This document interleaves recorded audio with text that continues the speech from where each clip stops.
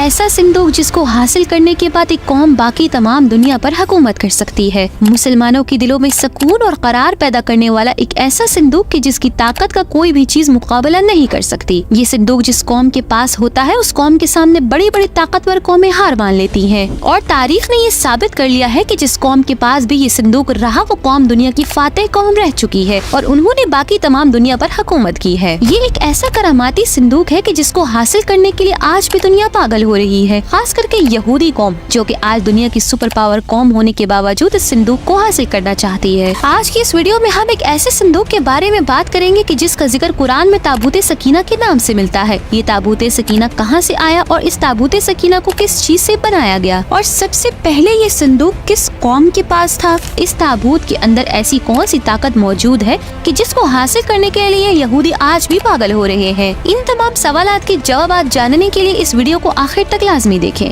بے شک اللہ تعالیٰ نے اس دنیا کی ابتدا حضرت آدم علیہ السلام سے کی۔ جب حضرت آدم علیہ السلام جنت سے دنیا میں تشریف لائے تو ان کے ساتھ اللہ نے اور بہت ساری چیزیں اتاری۔ ان چیزوں میں ایک تابوت سکینہ بھی شامل تھا جو سب سے پہلے حضرت آدم علیہ السلام کو عطا کیا گیا۔ یہ تابوت سکینہ ایک جنتی صندوق تھا جس کو شمشاد کی لکڑی اور سونے سے بنایا گیا تھا۔ اس تابوت کو تابوت سکینہ اس وجہ سے کہا جاتا ہے کہ اس کے ذریعے اللہ تعالیٰ مسلمانوں اور مومنین کے دلوں کو سکون اور تسلی عطا فرماتا ہے، لہٰذا اسی سکون و قرار کی وجہ سے اس صندوق کا نام تابوت سکینہ رکھا گیا ہے۔ حضرت آدم علیہ السلام کے زمانے میں یہ تابوت حضرت آدم علیہ السلام کے استعمال میں رہا۔ جبکہ حضرت آدم علیہ السلام کا آخری وقت آیا تو حضرت آدم علیہ السلام نے اس تابوت کو اپنے جانشین بیٹے حضرت شیش علیہ السلام کے سپرد کر دیا، کیونکہ حضرت آدم علیہ السلام کے بعد منصب نبوت پر فائز ہونے والے ان کے بیٹے حضرت شیش علیہ السلام ہی تھے، لہٰذا اسی وجہ سے اس تابوت پر حضرت شیش علیہ السلام کا حق تھا۔ دوستوں، اس طرح حضرت شیش علیہ السلام کے بعد جو بھی منصب نبوت پر فائز ہوتا تو یہ صندوق اللہ کے حکم سے اس کے سپرد کر دیا جاتا۔ اس طرح یہ تابوت حضرت آدم علیہ السلام کے بعد انبیاء کرام سے ہوتے ہوئے حضرت یعقوب علیہ السلام تک پہنچا،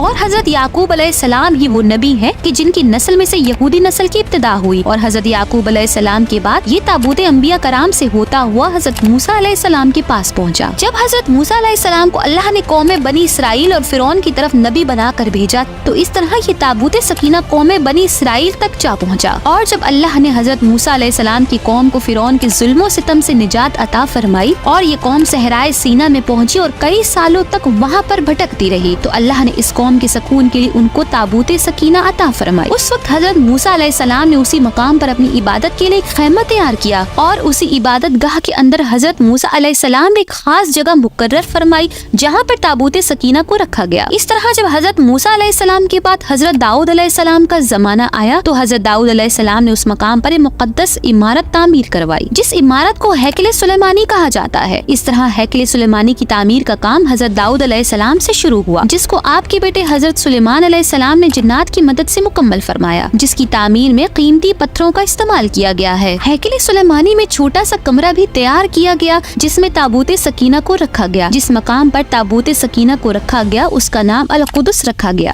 اس طرح تابوت سکینہ ہزاروں سالوں تک یہودیوں کے پاس رہا۔ اس تابوت کو چونکہ بہت سارے انبیاء کرام سے نسبت تھی، لہٰذا یہ صندوق بہت زیادہ مقدس اور بابرکت ہے۔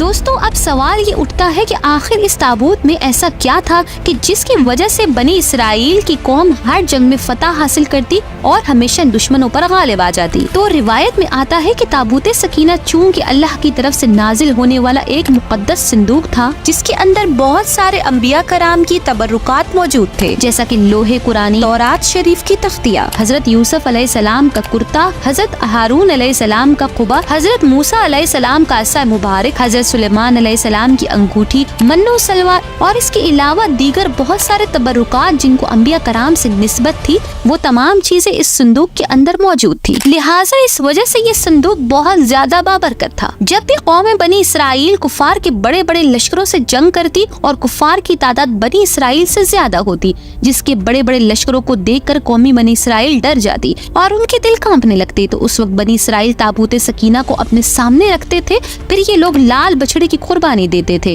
اور آخر میں بنی اسرائیل کے لوگ جمع ہو کر اللہ سے دعا کرتے تھے تاکہ اللہ تعالیٰ ان سے وہ مصیبت دور کرے. تو اس دعا کے بعد اس تابوت سے ایسی برکتوں اور رحمتوں کا نزول ہوتا کہ جس کی بدولت قوم بنی اسرائیل کے دل پہاڑ کی طرح مضبوط ہو جاتے اور ان کے دلوں سے دشمنوں کا خوف نکل جاتا اور آخر میں قوم بنی اسرائیل دشمنوں پر غالب آ جاتی. یہ قوم ہر میدان اور ہر جنگ میں اللہ تعالیٰ کی مدد سے فتح حاصل کر لیتی.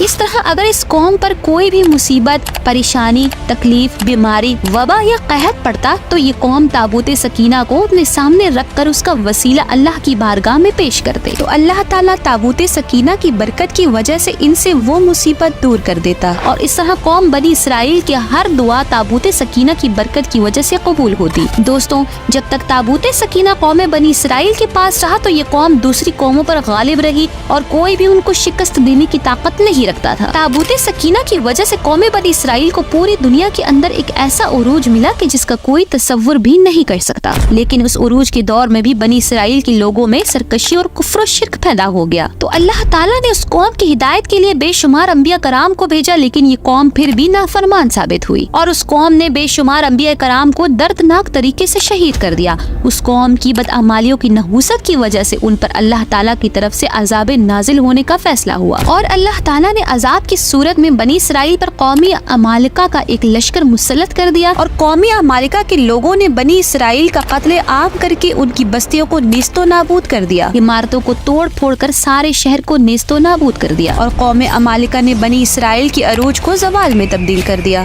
اور آخر میں قوم عمالقہ نے تابوت سکینہ کو اٹھا کر اس صندوق کی بے حرمتی کی اور اس صندوق کو نجاست اور کچرے کے ڈھیر پر پھینک دیا.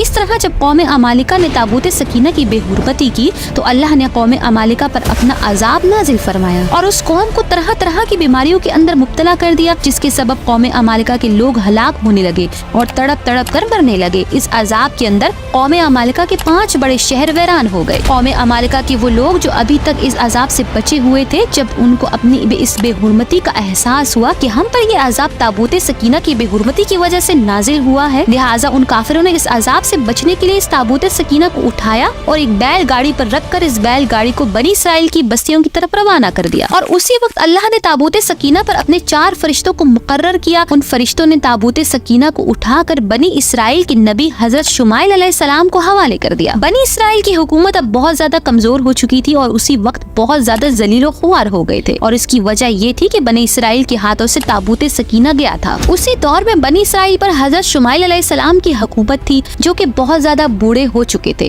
لہٰذا بنی اسرائیل نے دشمنوں کے مقابلے میں کسی بادشاہ کے لیے اللہ تعالیٰ سے دعا مانگی. اللہ تعالیٰ کے حکم کے مطابق شمائیل علیہ السلام نے 30 سالہ طالوت کو ان پر بادشاہ مقرر کرنا چاہا مگر بنی اسرائیل نے انہیں بادشاہ تسلیم کرنے سے انکار کر دیا اور بنی اسرائیل نے شرط ہی رکھی کہ جب تک تابوت سکینہ ہمارے درمیان حوالے نہ کیا جائے وہ طالوت کے بادشاہی کی اطاعت نہیں کریں گے. تو فرشتوں نے اللہ تعالیٰ کے حکم سے اس صندوق کو لا کر حضرت شمائیل علیہ السلام کے حوالے کر دیا اور اس کے بعد حضرت شمائیل علیہ السلام نے وہ صندوق بنی اسرائیل کے حوالے کر دیا. اس طرح سے بنی اسرائیل کو تابوت سکینہ دوبارہ مل گیا اور اس کے بعد بنی اسرائیل نے طالوت کو حکمران ہونے کی حیثیت سے قبول کر دیا. جیسے ہی تابوت سکینہ بنی اسرائیل کو دوبارہ ملا تو بنی اسرائیل کی حکومت اس دنیا پر پھر سے قائم ہو گئی